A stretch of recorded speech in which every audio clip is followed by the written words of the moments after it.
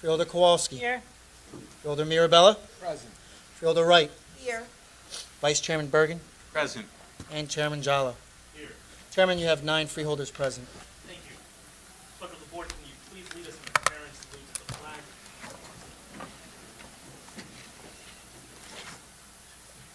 Humbly we ask God, the giver of peace and the lover of charity, to give the entire family of nations true agreement with his will, to grant the light of his spirit on all who work for justice and peace. I pledge allegiance to the flag Of the United States of America, and to the republic for which it stands, one nation, under God, indivisible, with liberty and justice for all. Clerk of the board, may you please read the statement of compliance with the Open Public Meeting Act. Chair wishes to announce that pursuant to requirements of New Jersey statutes annotated Title 10, Chapter 4, Section 10 of the Open Public Meetings Act, adequate notice of this meeting of the Board of Chosen Freeholders of the County of Union has been given by mailing the annual meeting schedule for the year 2015, along with periodic changes necessitated by circumstances to the newspapers circulating within the County of Union who are designated to receive such notice, and by posting the annual meeting schedule for the year 2015 in the Administration Building, and further by filing the annual meeting schedule for the year 2015 with the Office of the County Clerk. Thank you. For the record, we will approve the communications at next week's regular meeting. At this time, we have a presentation to the board. We are currently celebrating Community Development Week here in Union County. Community Development Block Grant and Home make their way into the local economy through an extensive network of nonprofit organizations, local contractors, and businesses, and remains a lifeline for families and communities. The County of Union, along with the Board of Chosen Freeholders, allocates over $5 million annually throughout the county. These programs are the building blocks for community development efforts, attracting other investments, providing gap fundings, and acting as the catalyst for project development. At this point, I will bring up Deputy County Manager Bill Reyes to lead us in this presentation. Thank you, Chairman. Freeholders. 2015 National Community Development Week is being celebrated this week, April 6th through the 11th. The celebration of CD Week was started 29 years ago by the National Community Development Association, of which Mr. Alfayler is the immediate past president. The primary purpose of CD Week is to showcase CDBG and home projects, and thereby make elected officials, and particularly the Board of Chosen Freeholders, aware of the benefits of the program to the local economy and to the people served by CDBG and home. Before I begin with the presentation of some of the agencies that have benefited from CDBG, I'd like to acknowledge the staff that does the incredible work of being able to take over $5 million this year and give it out to agencies and to help the needy residents of our county. I'd like to begin with Deputy Director of Economic Development, Amy Wagner. If you could please stand.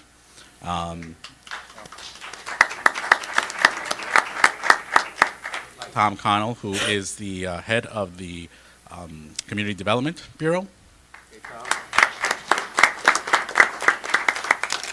Julian Buitrago, Analyst Environmental Reviews. Peter Casano, Facilities and Public Improvements.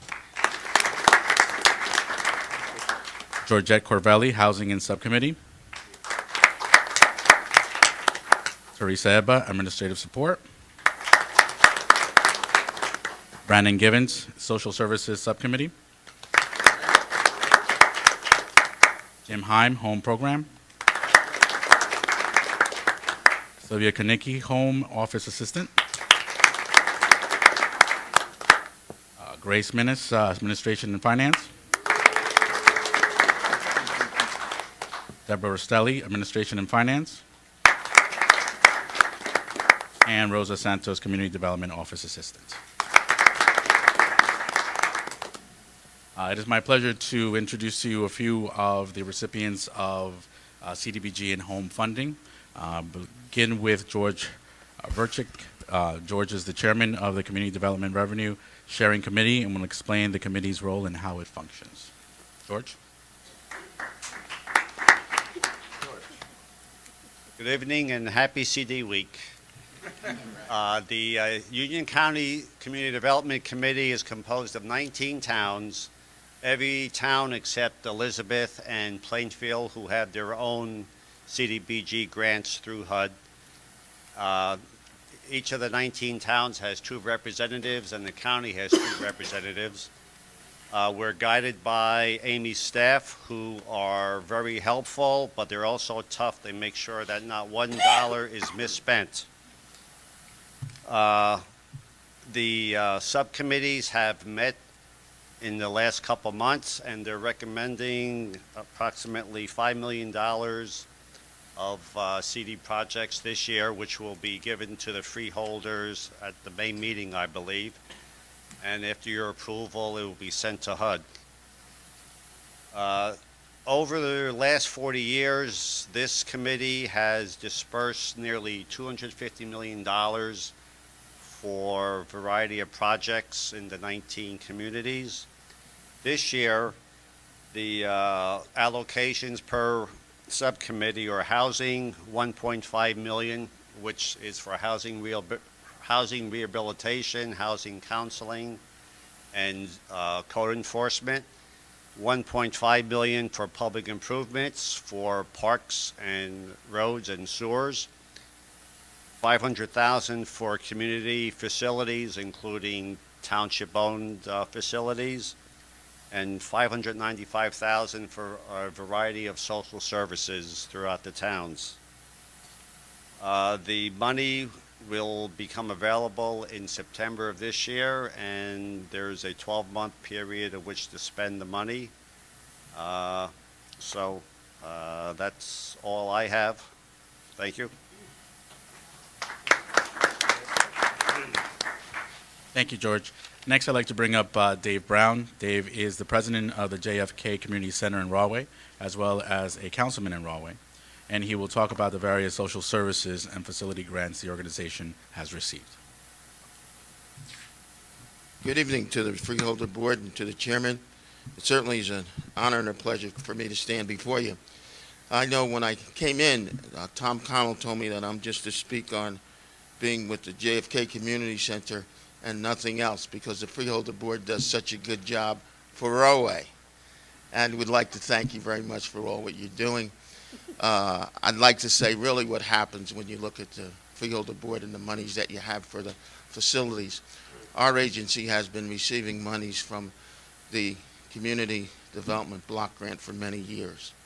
It's one of the ways in which we're able to keep the agency flowing and to keep it looking very good as far as different pieces of equipment that the county has given us. One of the things in which we're doing this year is going to be for some air conditioners. Now, what you have to realize in a situation with us, with our air conditioners, 3 of them are broken. Now we're going to get the opportunity to have them repaired. But what it does is that we call an after-school and summer program. If those air conditioners wasn't working, what would happen with the kids that would be going out and playing? But now, since we do have that air conditioning, we have maybe about 95% attendance in the summer months. And that's because of the dollars in which you've given us. And also, you know, the facilities, monies that you give to our facilities, which I sit on, is really appreciated from small groups or small nonprofits. Thank you very much. Thank you, Councilman. The next person I'd like to bring up is Lou Brigando. Lou is the Associate Executive Director of the Cerebral Palsy League, located in Cranford. Lou will discuss the improvements undertaken at the facilities. If I would have known this was such a big deal, I would have brought more friends with me. Bring them in May when you vote on it. The brochure that I handed out gives an overview of what the Cerebral Palsy League is all about. Generally, we come to the Community Development Organization for funds for our adult program. We have about 80 adults who depend on our programs during the day to improve their quality of life. So we're actually servicing them and the families that get the break of being able to have them spend the day with us. Now, I guess what really works here is there's many articles written called The Slow Starvation of Nonprofits. And that refers to the fact that nonprofits such as the Cerebral Palsy League never have any leftover operating funds to use as capital development. So we find ourselves in a position where our parking lot looks like the surface of the moon, and our roof performance is like a water park, and we can't sell enough pies to make $170,000 for a new roof. So who do we turn to? We turn to the County of Union. I can't say enough about how it really is joyful to deal with the Community Development Committee. They are understanding, they're supportive. I can't say enough about Tom and Peter. And they've always given us what they can and generally given us what we need.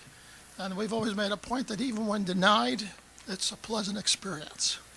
So that organization helps us to stay afloat, helps us to do the things that we cannot do on our own. We cannot issue stock certificates to people to raise funds for new buildings. So thank you to them, thank you to you, and we hope that you continue to be pleased with the work that we do. Thank you very much. Thank you, Lou. Next person I'd like to bring up is Anthony Cancro. Anthony is the Township Administrator for the Township of Springfield. Anthony will discuss the role community development played in helping Springfield convert an old school building into a senior center. Thank you very much, Chairman, members of the Freeholder Board. I want to thank you for inviting us to CDBG funding for the Township of Springfield. First, our public library, which had the main meeting room become accessible as a result of your funding. Not for that funding, we would not have been able to do that project. Second, we're able to employ a part-time senior bus driver to allow the seniors to go to the doctor and shopping. Third, curb cuts for handicap accessibility throughout the township. And fourth, probably the most important, our flagship property, which is our community center. Over the last 3 years has been renovated. It's approximately 14,000 square feet, 1/3 of it being a senior center. And your money was able to go there to do ADA bathrooms, kitchen, and handicap ramp. And we just completed, and some of the members of the Freeholder Board were there for the grand opening of the youth center. And there you were able to provide handicap ramps as well as a fire suppression system.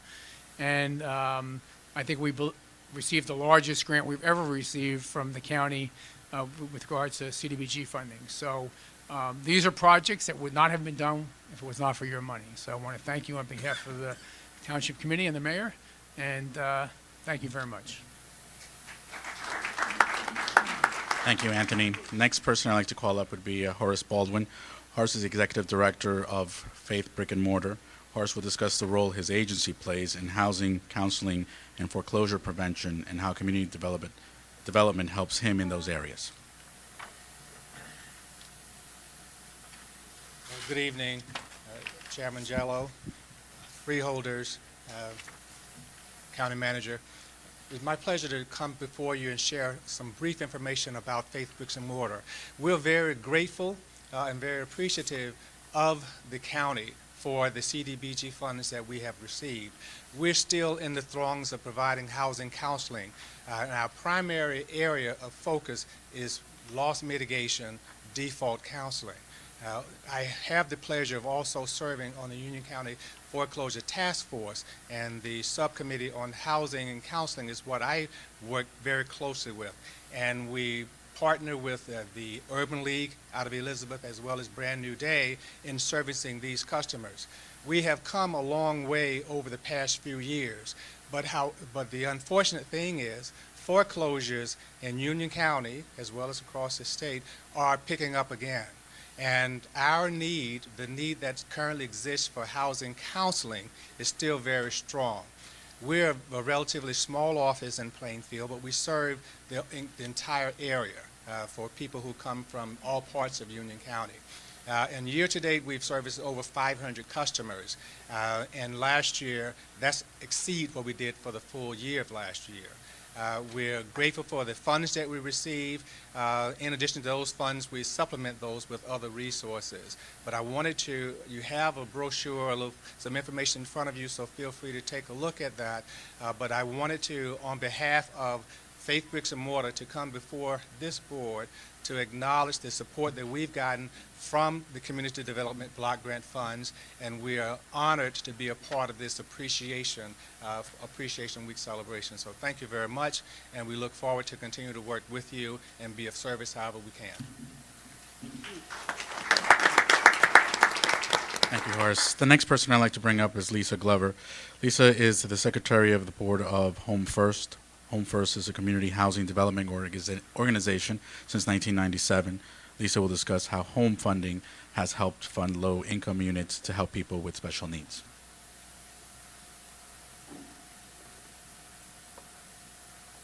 Good evening, and thank you for this invitation. As you just heard, we have been partnering with the county since 1997. Home First has received approximately $3 million in federal home investment partnership program funds. With that, some of those monies we have been able to purchase and rehabilitate 50 units of low-income housing for special needs individuals and families. Those special needs are for people afflicted with HIV/AIDS, people who are disabled, and of course people who find themselves homeless. Just to give you an example of what we've been able to do, most recently we had the case of a mother with a 13-year-old son who had been very ill, multiple illnesses, had been in the hospital, and as a result was not able to work, lost her job and her housing. She came to Home First looking for us to try and help in whatever way we could. We were able to put her and her son in a lovely two-bedroom apartment in a two-family house in a nice, safe community. We were able to work with her to help her stabilize her health. She was able to take parenting classes as well as other classes on budgeting. We were able to work with her son, who's a now very successful high school student. And this is just one of many examples of the sorts of things we're able to do thanks to the partnership that we have with the county, for which we thank you. Thank you, Lisa. As you can see, this is just a small sample of organizations and agencies that receive CDBG and home dollars. I'd like to thank all of them for coming out and sharing their stories with us. I'd also like to thank, again, our staff for doing such a terrific job in helping all these agencies and obviously all our residents in Union County. And to close out the presentation, I'd like to ask our County Manager, Al Fiala, to say some closing remarks. The only thing I'd like to add is I'd just like to thank the Freeholder Board for understanding and recognizing the importance of not just CDWIC, but the Community Development Block Grant. They have been front and center in supporting these funds and advocating for additional funds, and I can tell you, being on the national level, that's not the case. In other parts of the country, you're very, very fortunate that you have a board who gets it, who understands the importance and the need for these funds. And I'm just very proud to be part of this Freeholder Board in this county. Thank you. Thank you. Thank you. And on behalf of the Board of Freeholders, I know you all thanked us, but I want to thank you all for the work that you do in the community that directly affects our residents and makes this community a better place to live in. So thank you for all of your hard work, and thank the staff for doing their hard work as well to make sure that these grants get out properly. So thank you all. Thank you for this presentation and reminding us what happens with this money, where it goes, and to continue doing the good work that we are all in the business of doing. Thank you. Now we'll move on with the agenda, and we'll start with the Department of Administrative Services. Good evening, Mr. Chairman, members of the board. Good evening. Department of Administrative Services has one resolution for your consideration. I'd be happy to answer any questions. Any questions from the board? Seeing none, thank you. Thank you, Mr. Chairman. Next up, the Department of Economic Development, Director William Reyes. Thank you, Chairman. Freeholders, the Department of Economic Development has 7 items for your consideration. I am prepared to answer any questions you may have. And if I may, I'd just like to speak to number 7 because I know it's very important to us. Number 7 is the 2015 paving contract. It includes, the $5 million includes 12 miles of repaving, and it also scheduled to start sometime in either late May or early June of this year. Again, we are offering nighttime paving to be able to be sensitive with the roads that we pave that have businesses and homes, and obviously school schedules as well. So just wanted to let you be aware of that. Can you tell me about number 3? What are we hoping to accomplish there? The energy consultant services, basically what T&M will do is they will go out to the open market to get the best pricing of gasoline and electricity for the county. When's the last time we've done something? The last time we were able to do that is, Mike, you should go ahead, 3 years ago. Annually? Yeah, it's an annual. If you could step into the microphone so everyone can hear. Mr. Chairman, through you. We bid this electricity and natural gas 3 years ago, and we'll be going out to bid for it again this year. That's one of the reasons why we're hiring the consultant to prepare the specifications. Did we achieve any benefit of using a company to do this evaluation 3 years ago? When we did the online bid, and I could get you the final figures because the prices did vary, but at the time, for the price that we were paying at the time, we saved hundreds of thousands of dollars on each of the contracts, the natural gas and the electricity. And how much was the payment at that point? Was it about $15,000 or? Yes, I believe so. So for $15,000, we saved hundreds of thousands of dollars, is what you're saying? It was actually $3,000 each, I believe, for each contract to prepare the specs themselves. Okay. And then they manage the contract as they go along. So Sounds like money well spent to me. Any other questions? Yes, Freeholder. Thank you, Chairman. As far as the on-call environmental work for 1, 2, and 3, could you describe a little bit how that works? Is that in the case of there being some sort of incident, or is it a routine investigation? I'll explain each one of them. You asked for 1, 2, and 3, correct? For number 1, actually that is an on-call environmental site investigation services for actually our open space. So that's specifically to open space. The number 2 is specifically for compliance with our facilities with like boilers and generators. They're obviously need to have information back to the state as far as the equipment that's there. So that's specific to us. And number 3, the consultant service is, that's the energy one that we just spoke about going out to the open market for the gasoline and the electricity for the county. Okay, thank you. Any other questions? Yes, Freeholder. for number 4, would you explain why we need the traffic control device at that intersection? The traffic control device at that intersection, I believe, was a part of the LLC and the Township of Union deciding because of the large project, townhouse project that's going to be going there, that there was a need for it. And since it's on our county road, they need our permission to do so. However, the traffic light is going to be paid for by the LLC and maintained by the Township of Union. Any further questions? Thank you, that's all. Thank you.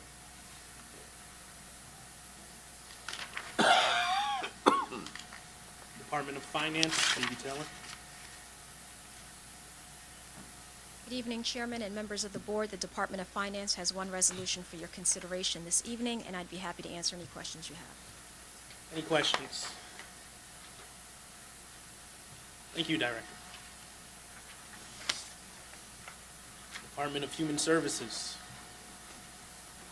Director Frank Guzzo. Mr. Mr. Chairman and members of the board, the Department of Human Services has 14 resolutions on for your consideration. Any questions from the board? Freeholder Hudak. Thank you, Chairman. Frank, in regards to number 3, just the point of information, is this just an old resolution that is being brought out again, or is this a new program for the indigent burial? Through you, Mr. Chairman, this is a requirement that we have to... This is an ongoing one, correct? It's an ongoing one. The price has gone up, and it's based on the number of people that need that service during the course of a year. The burials are capped at $1,550. I guess it's less of a question for you and maybe just a question to County Council. We should probably, I imagine this resolution's been updated over the years, but it should probably be updated to reflect the statute as opposed to, legislative bills. So if someone were interested to find out what that was reflective of, they could actually see what statute it is. On that same matter, have we identified who or what agencies these funds will be going to? Funeral homes? Yes. Yes. I mean, it's really based on who will accept the $1,550. I'll give you a couple of examples. In Elizabeth, as an example, it would be Banworth, Nesbit.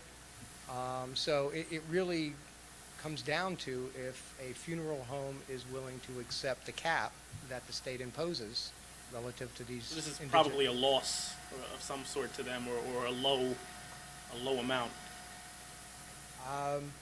I can't say that. Okay. I just know that you don't have a lot of people clamoring for that type of business because the fact that it is capped. Anyone else? Freeholder Carter. In reference to number 8, it says it's renewing a revenue agreement with the Family YMCA in Elizabeth. Can you just give some detail a little bit about that? Through you, Mr. Chair, this is a contract that we have with Gateway to provide transportation for 20 seniors, and they take about 350 trips monthly. That agreement was $5,000 monthly last year. It's up to $5,400 monthly this year. Okay. So there's an increase, same amount of trips, same amount of seniors go. It's a revenue-enhancing agreement for paratransit. Freeholder Hudak. Chairman, just regard to number 9, I see that we are appropriating additional funds for the Code Blue program for 2014, I guess 2014, 2015. Can you just give a little bit of overview of, how that program is a very cold and brutal winter, and you've received the UC First alerts, you got many notifications that Code Blues were declared. How did this year stack up to previous years, and can you just give a little overview of the program's outreach this year? We called about 84 Code Blue nights. So about 84 fit the criteria and actually I think it started earlier than normal, around October, and it's lasted a lot longer than it normally does. So this year was longer than normal, and there were more placements than normal. It does demonstrate that there are a lot of people that really do need this service, because without it, as we all know, it was brutally cold on many nights this year, and this provided a haven for the individuals to come in. We also do intakes on them to see if they're eligible for services and did not know it. As a result of that, if they are deemed eligible, then that money is placed back into that pool, because then they're eligible for the traditional services that people would normally receive.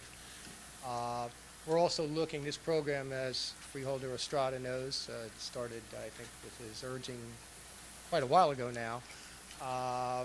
We're also looking at it because it needs to be sort of retooled a little bit, because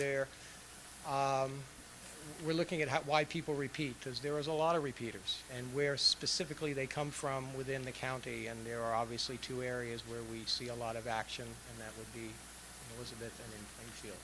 So we're looking at, what's causing that, and, instead of trying to provide the crisis response then, trying to get back into why people are continuously Are you homeless. looking at more of an intake model in terms of trying to get people put into, social service programs, Well, mental health programs, health That's, programs? that is part of it, but also that there are individuals that really shelters will not accept because of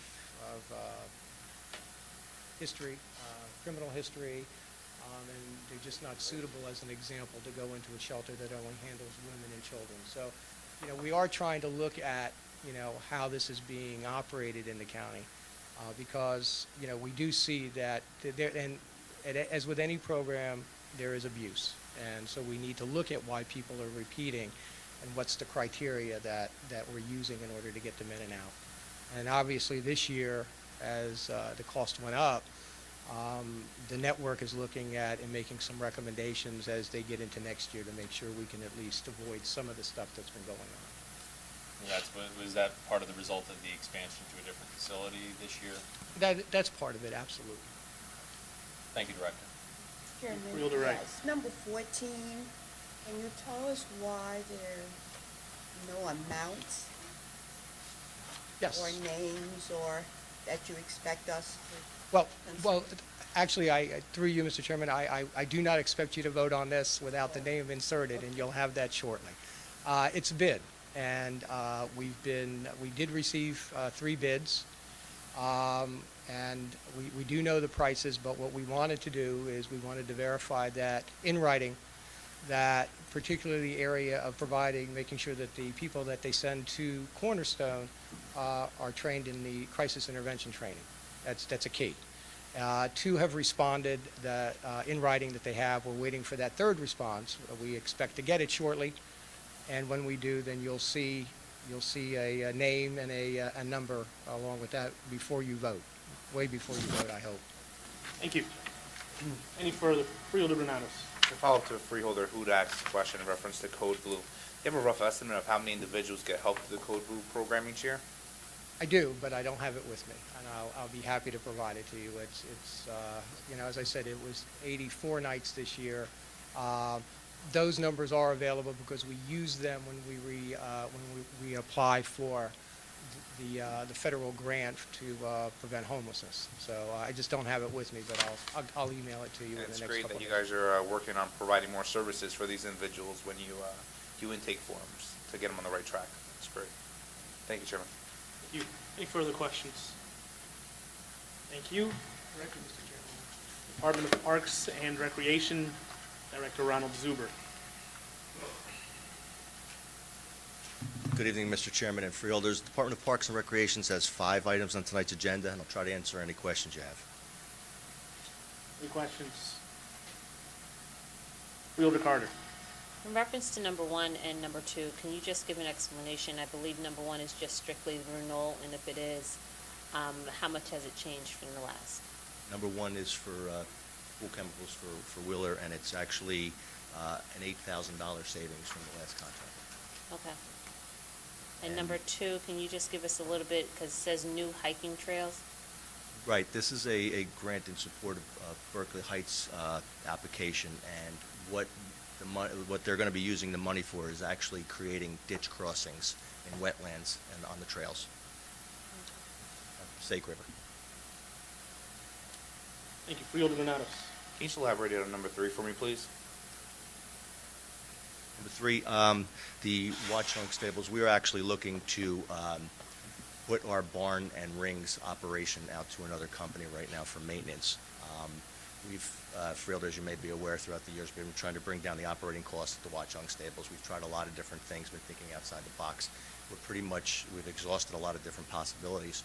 So right now, we're looking to bring a company in to do the basic day-to-day chores there, the mucking of the horses, the feeding of the horses, the grooming, the tacking, the horseshoeing, the maintenance in the bathrooms, the offices, cutting the grass, weed whacking. And will end up saving the county money through this process, right? Yes. Thank you, Chairman.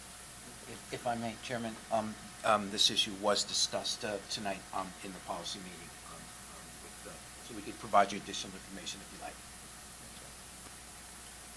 Freeholder Estrada. Yes, just as a follow-up on number 2. You remember back some time ago that we had a plan whereby there will be that trail from New Providence to Berkeley Heights to Summit, and some portion of it never materialized in New Providence. Are they going to be getting enough money to do both Summit and Berkeley Heights all included? I really can't answer that question for you right now. I could look into that for you. I believe you're talking about the Greenway, but I'll check. No. This is, well, so all we're doing is supporting their application. Correct. Okay. Well, if you can, before the meeting next week. Appreciate it. Any other questions? Freeholder Hudak. Chairman, thank you. Just circling back to number 3. So I mean, I imagine that the process of looking for an outside vendor is because there's some specialized knowledge to this sort of maintenance. In terms of the individuals who are currently providing that service, I imagine they'll be reassigned to other duties within park maintenance. Park maintenance or the Department of Public Works. Okay, so we're not talking about a layoff situation, we're talking about reassigning personnel to vacancies in other areas of needs, correct? That's correct. There'll be no layoffs. Okay. Freeholder Mirabella. Thanks, Mr. Chairman. I'm sticking with the Watchung Stables Director. Has there been any discussion with the groups that use the stables up there, some of the riding clubs, some of the patrons, some of the associations about this potential move? Has there been any outreach, or was it more a question of determining through policy and through this board that that's the direction we want to go in, and then some of that outreach with the constituency up there to be held? We've met with groups over the last 2 years. We are going to meet with groups on April 15th up at Trailside to discuss the plans with the Watchung Stables, which would include the capital improvements also. Okay, thank you. Any further questions from the board? Thank you, Director. Thank you. Department of Public Safety, Director Andrew Moran.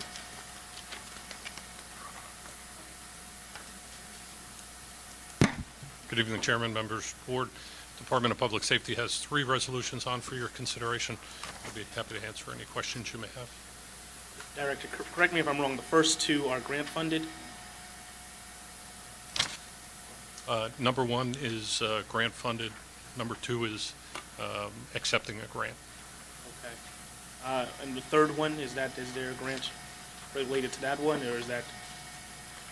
No, that's operating expenses. Talk to me about number 3. That's the support agreement for our computer-aided dispatch program. As the board is well aware, we use this for not only dispatching our county units, but municipalities that we provide dispatch services for, also including fire mutual aid, EMS mutual aid. So this is the annual support for the services there? For the software support? Correct. Has this price gone up? Is it the same as it was last year, or? It has gone up. We just started using the police functions of the CAD that we hadn't used in previous years, allowing officers to look up plates, look up wanted persons, look up stolen property from the car, and driver's license checks. So you're saying there's new features associated with this one that we didn't have in prior years? Correct. What was the price prior? $77,000. Okay. So 10,000, roughly 12,000 difference to do additional services? Correct. Okay. Any other questions? Freeholder Estrada. Just on that one alone, do you have access to the ACS, which is the state system that provides licenses, plates, and everything else? Yes, they do. So this is in lieu of that? It allows the officer to use ACS from the police car. When they run a license plate, it checks a number of databases, statewide and national databases, along with ACS and ATS, if there's warrants on a registered owner or the operator of the car. Dispatchers can have direct access to ACS without this program, but officers in the car need a gateway to get into ACS, and this provides that. How much do we pay for ACS access? It's part of this program. No, but that's, the program only does, it takes all different sources and manipulates it for you and delivers in the manner that you can use it, right? Correct. But the ACS, you didn't pay anything for, right? That comes from No. the state. Correct. And that's a yearly fee, at least for this year and next, Uh, 89,920? That's for 9 months. 9 months. Yes, we wanted to have this coordinated with our yearly budget cycle, so we got the maintenance for a 9-month period. I was going to say, is there many competitive companies that provide this kind of a service? It's proprietary. It's part of our computer-aided dispatch. They're the only ones that can support it. So this is compatible to the system that we're using inside of the control center? Correct.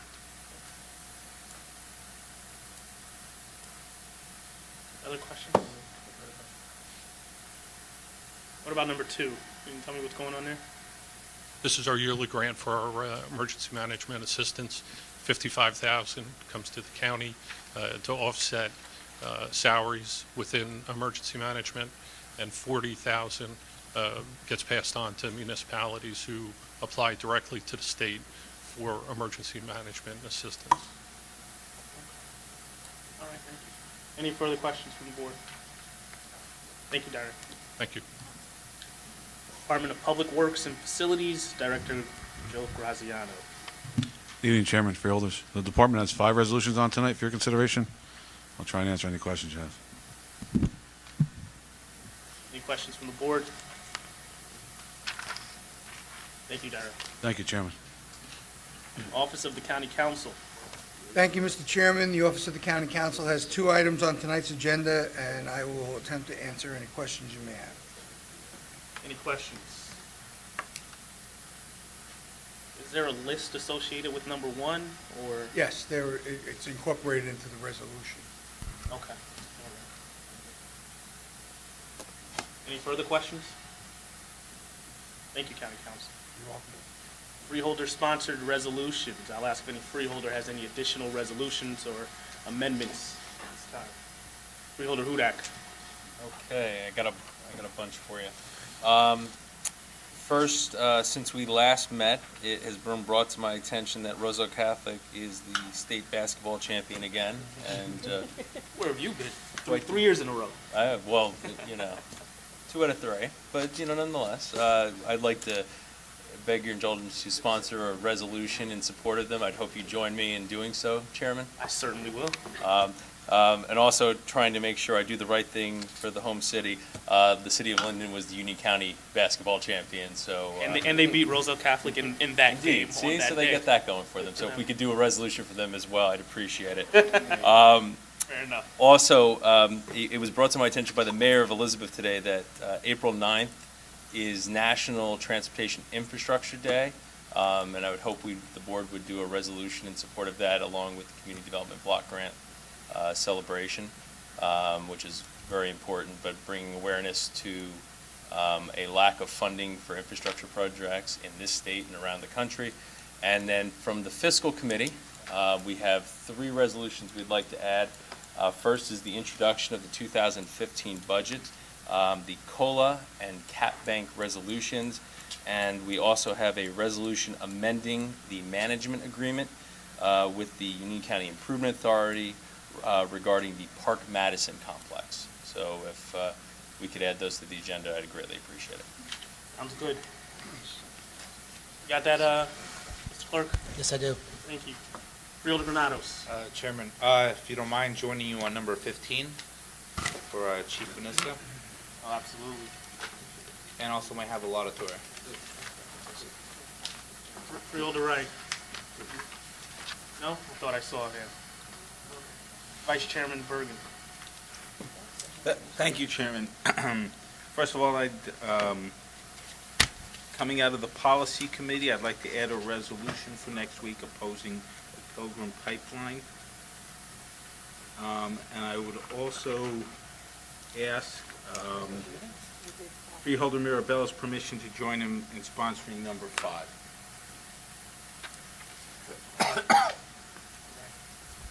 Got that? Chairman, just Yes. one more bite at the apple. Could I also join in Chief Kadiska's And that just retirement becomes resolution? entire Perhaps the whole board. board. The entire board. The board. I agree. Thank you. Freeholder Mirabella. Thanks, Mr. Chairman. No additions. I do just want to bring to the board's attention my number 6 for John Vigilanti. If the board remembers, maybe the public, several years ago, Mr. Vigilanti was awarded the Bronze Star at the age of 96. It was uncovered back some heroics that he was deemed worthy during one of the world wars, and granted that. And we honored him at that time and gave him lifetime free golf, if people remember. And he's still playing and going to be 100 years old, and God bless him. And there'll be a celebration at Ashbrook, and I'll let the board know, and maybe whoever can make it that day will come and share some coffee with him. But I wanted to just let the board know some of us were around back when he was awarded the Bronze Star, and it was a terrific event for us, and I wish him well. He's still playing. Thanks, Mr. Chairman. Put it up and I will please. Will. Fielder Estrada, did you have anything to add? I wanted to join Al and, yeah. Okay. Fielder Carter. I will have a laudatory. All right. And Fielder Kowalski, do you have I anything? just wanted to join in on the Chief Municipal one, so for the entire board, I'm covered. Thank you. Did you get all that, Mr. Clerk? Okay. May I have a motion to adjourn? So moved. All in favor? Yes. When in doubt, in favor, go. There you go. Look up for you.